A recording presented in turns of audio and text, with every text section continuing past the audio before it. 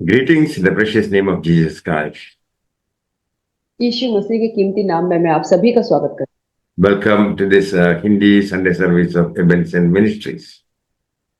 हूं और मैं आपका इस हिंदी संडे सर्विस जो एवेंचुअल मिनिस्ट्री की तरफ से आप सबका स्वागत करता For today's meditation, let us turn to the Gospel according to St. John, chapter 4, verse 34. हूं।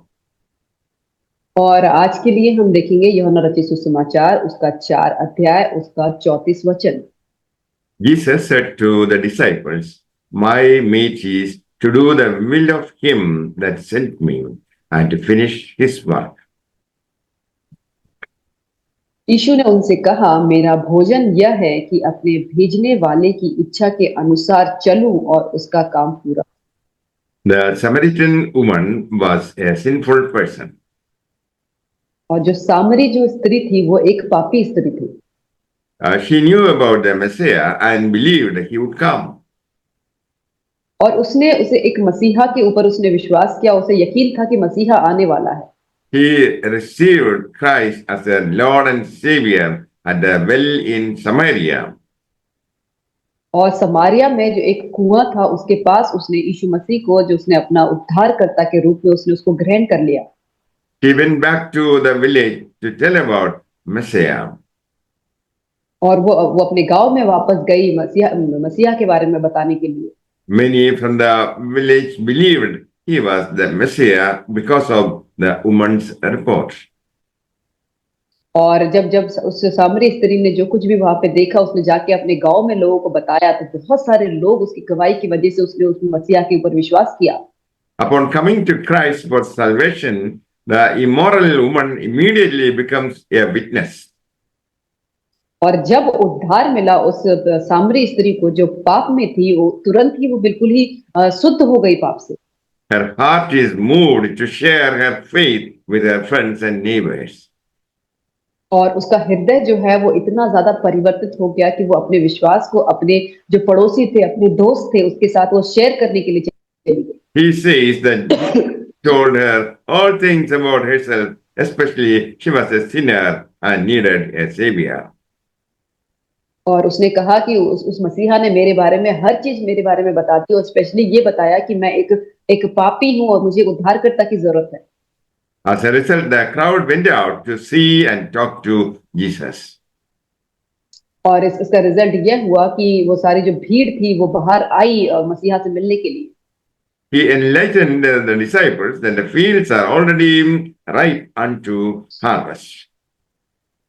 और तब यीशु ने अपने चेलों से कहा कि जो खेत जो है वो तैयार है पहले से ही फसल के लिए। Souls out there are perishing right where you are. और जहां तुम हो वहां पे जो आत्माएं हैं वो नष्ट हो रही हैं। Jesus' disciples had not sowed the seed. All they needed to do was harvest the crop. और जो यीशु के जो चेले थे उन्हें बीज बोने की जरूरत नहीं थी, उन्हें जो फसल है उसे बस काटने की जरूरत थी।